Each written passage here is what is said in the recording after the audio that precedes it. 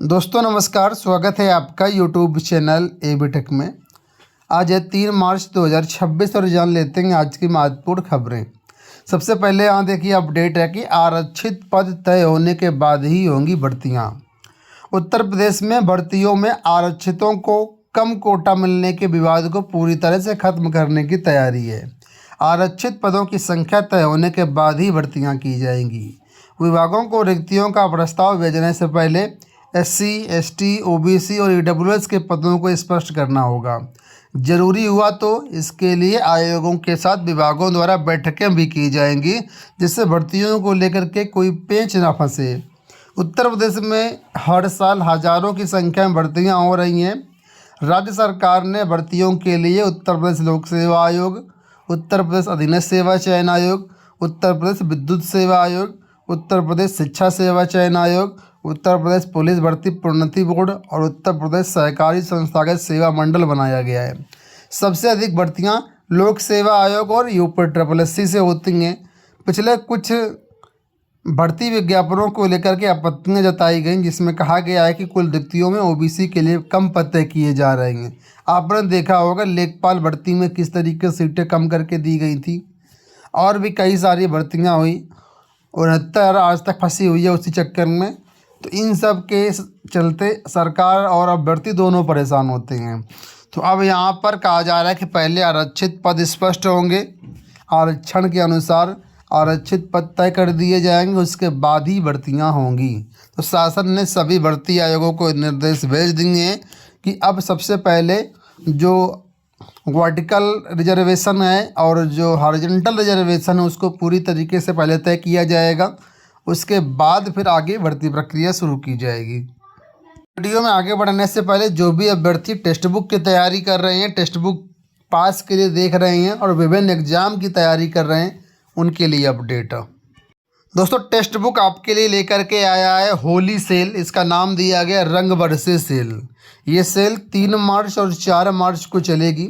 इसमें text book का yearly pass pro जो प्लान है वो मात्र 349 रुपये में मिल जाएगा आपको। यहाँ पर अगर आप कूपन कोड AB12 इस्तेमाल करते हैं तो आपको मैक्सिमम डिस्काउंट मिल जाएगा। ठीक है, 12% तक का डिस्काउंट मिल जाएगा। तो AB12 का इस्तेमाल करके आपको जो है अपना टेक्स्ट बुक पास प्लान खरीदना है। लिंक वीडियो के डिस्क्रिप्शन में दे दिया है हमने। क्लिक करेंगे और इस कूपन कोड को लगाएंगे तो आपको डिस्काउंट मिल जाएगा। ठीक है, तो चेक कर लीजिएगा, लिंक डिस्क्रिप्शन और पिन कमेंट में है। अब यहाँ पर देखिए अपडेट है कि LT से प्रवक्ता के 297 पदों पर पदोन्नति पर असमंजस। राजकीय माध्यमिक विद्यालयों में शिक्षकों की पदोन्नति दिए जाने की गति धीमी है। LT से प्रवक्ता की सूची के 297 नामों में कुछ नाम ऐसे भी हैं जो रिटायर हो चुके हैं। यदि जल्द पदोन्नति नहीं दी गई तो कुछ और शिक्षक 31 मार्च को रिटायर हो जाएंगे। पदोन्नति के लिए विभागीय पदोन्नति कमेटी यानी DPC की बैठक कराए जाने के संबंध में अपर शिक्षा निदेशक अजय कुमार द्विवेदी ने लोक सेवा आयोग को पत्र भेजा है, लेकिन अभी बैठक की तारीख ही निश्चित नहीं है। इसमें कुल मिलाकर के 297 नाम है जिनकी पदोन्नति होनी है, लेकिन इसमें समय इतना लग रहा है कि आधे लोग तो रिटायर हुए जा रहे हैं। एक बड़ी अपडेट है आपको शिक्षा सेवा चयन आयोग से असिस्टेंट प्रोफेसर BEd भर्ती को लेकर के। देखिए बताया गया है कि BEd विषय की नई अर्हता के साथ विज्ञापन इसी महीने।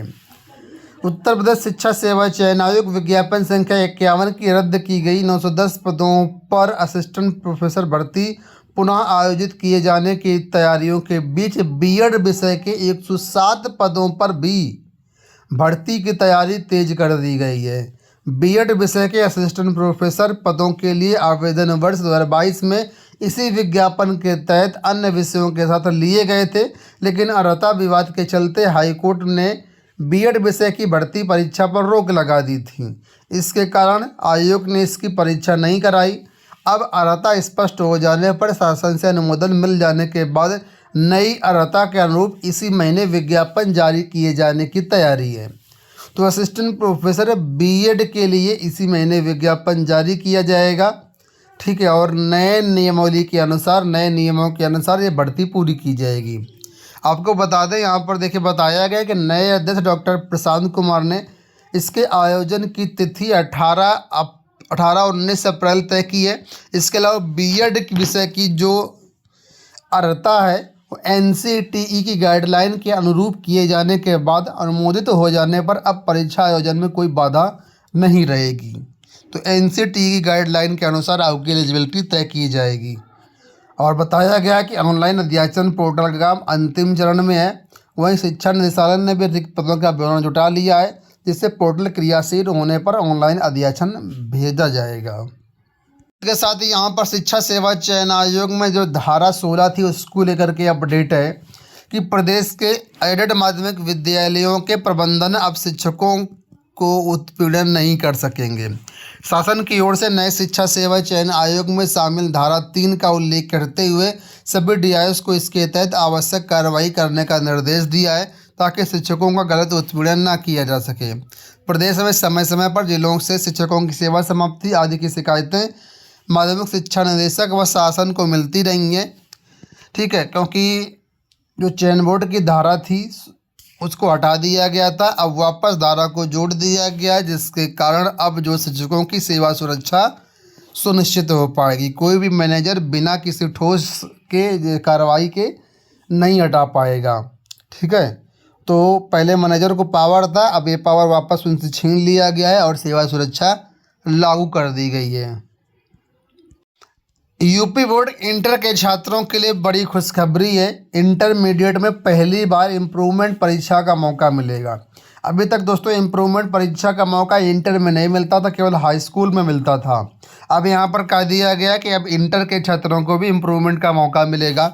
इससे फ़ायदा ये होगा कि जो अभ्यर्थी 5 विषयों में 1 विषयों में फेल हो जाएगा वो इम्प्रूवमेंट परीक्षा दे करके पास हो सकता है। इस पर औपचारिक सहमति मिल चुकी है और अप्रैल अंत में परिणाम घोषित होने के बाद इसके आवेदन लिए जाएंगे। ये व्यवस्था CBSE और ICSE में पहले से लागू है। इन दोनों बोर्ड के परीक्षार्थी 2-2 विषयों में इम्प्रूवमेंट दे सकते हैं।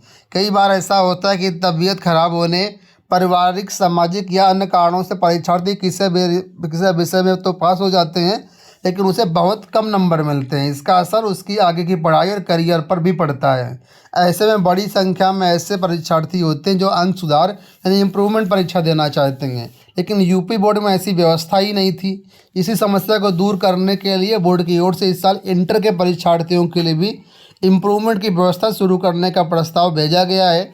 इस पर सैद्धांतिक सहमति भी मिल गई है और अब ये व्यवस्था इसी साल से लागू कर दी जाएगी। आपको बता दें यूपी बोर्ड ने 2020 में इंटर में कंपार्टमेंट की व्यवस्था लागू की थी। इसके तहत कोई छात्र यदि एक विषय में फेल होता तो कंपार्टमेंट परीक्षा दे करके उसे पास किया जा सकता है। ठीक है, उससे पहले एक विषय में फेल अभ्यर्थियों के दोबारा से सभी 5 विषयों की परीक्षा देनी होती थी। हाई स्कूल में इम्प्रूवमेंट कंपार्टमेंट की परीक्षा सुविधा पहले से लागू है।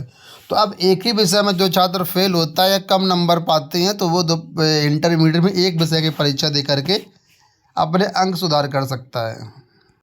BPSC से अपडेट है कि पद छोड़ने के 2 साल तक कोचिंग से दूर रहेंगे अध्यक्ष और सदस्य।